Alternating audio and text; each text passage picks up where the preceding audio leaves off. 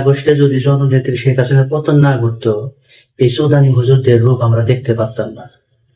এরা ওয়াজ মাহফিলে গিয়া তমুক শিল্পীর গালি দেয়, অমুক নায়িকের গালি দেয়, তমুক নায়কের গালি দেয়, যে গান গায় তারা জাহান্নামী। আর এই সুদানি হুজুর গান গাইতেছে জান্নাতি। এ এখন হালাল গান গায়। এরা কতটা ভণ্ড প্রতারক। এরা ধর্মের নাম নিয়ে আমাদেরকে ধোঁকা দিতেছে, আমাদেরকে বোকা বানাইতেছে।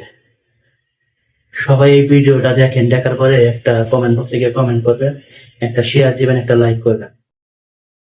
ভাল লাগে তোর বেচকিটাও ভুল বুঝে তুই কাঁদিস যখন, ভাল লাগে তোর হেচকিটাও অবিরামে ভালোবাসার ব্যাকরণে নেই কমা।